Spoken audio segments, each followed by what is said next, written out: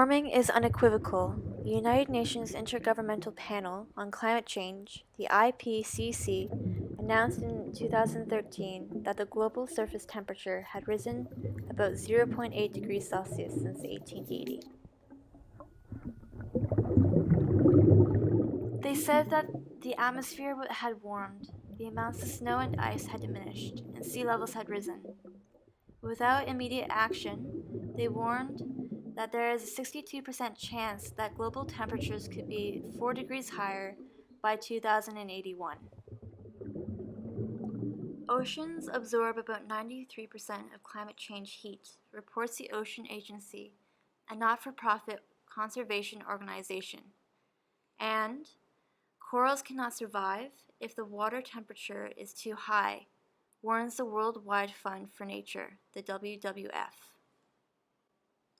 It has stated that global warming has already led to increased levels of coral bleaching, and this is predicted to increase in frequency and severity in the coming decades. Such bleaching events may be the final nail in the coffin for already stressed coral reef ecosystems. Scientists, conservationists, governments, and economists are deeply concerned. But why? How would the loss of environments under the sea impact our society? Why is the loss of biodiversity a problem? Biodiversity is how genetic diversity results in an abundance of life with different behaviors occupying different ecological niches.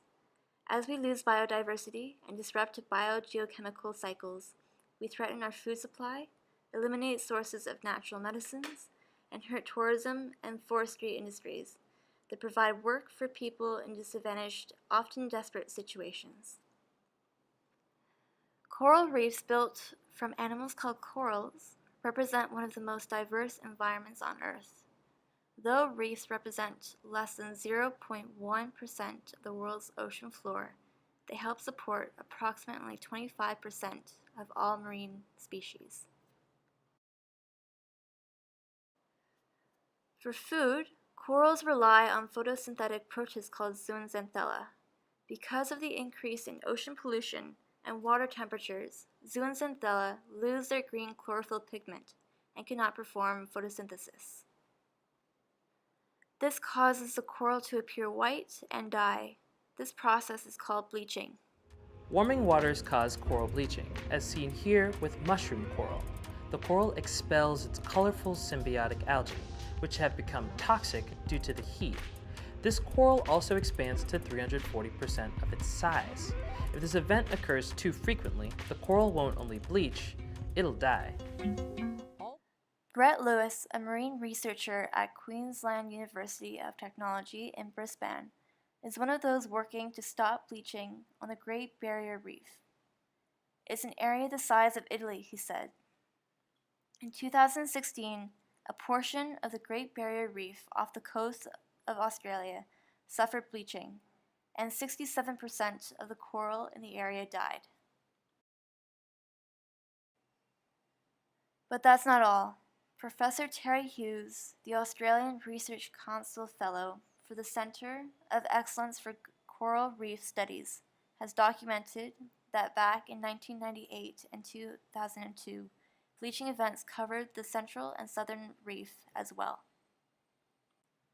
In 1998, triggered by that year's El Niño, a huge underwater heat wave killed about 16% of the corals on reefs around the world. Considered to be the first major global bleaching event, the second El Niño followed in 2010. Over the last 20 years, the majority of the 134 square miles that the Great Barrier Reef covers has suffered huge amounts of bleaching. Increasing global temperature is not the only challenge corals face. Coral reefs are being threatened by destructive fishing practices, overfishing, careless tourism, pollution, sedimentation, coral mining, and climate change. Gretchen Goodbody-Grimley of the Bermuda Institute of Ocean Science explains. Threats. Many of the anthropogenic or human-caused threats that are impacting shallow water coral reefs, such as increases in seawater temperature, increases in pollution, sedimentation, and runoff from the land, these all impact the shallow water reef more than they are impacting the mesophotic reef. Coral reefs around the world are dying. As the coral dies, varieties of fish are dying and even going extinct due to lack of proper food and shelter. According to specialists at the Earth Institute at Columbia University, this could cost 500 million people in 94 countries about $375 billion. The WWF points out that coral reefs are not just essential for the health of oceans, but for the health of people as well. Though scientists have just started to understand how reefs can contribute to medicine, products from coral reefs have already been used to treat diseases like cancer and HIV. If we lose the reefs, we will also lose potential cures as well.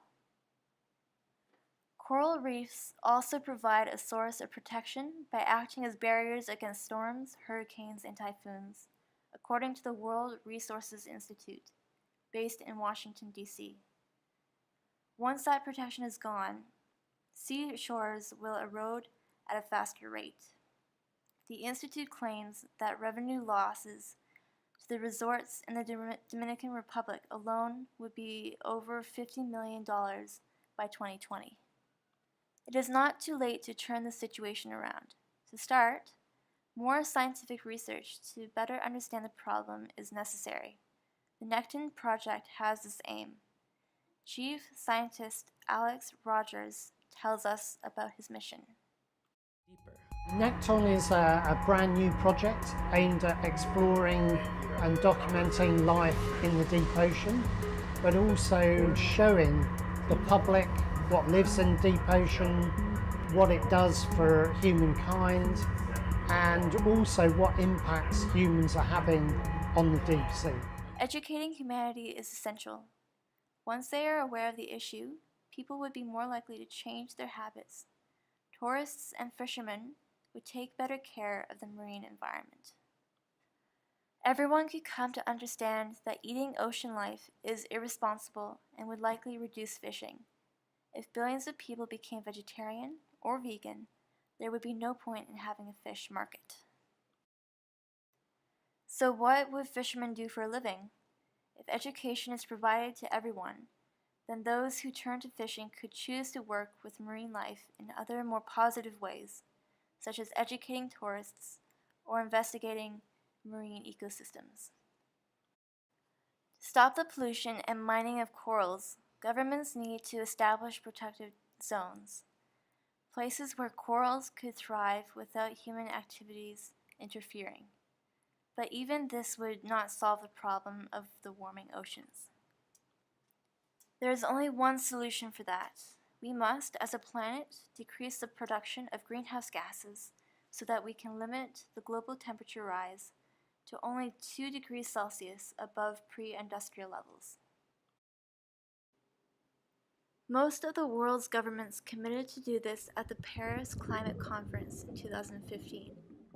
As the IPCC stated, the warming, though unequivocal, is not inevitable, and we can and must save the world's coral reefs.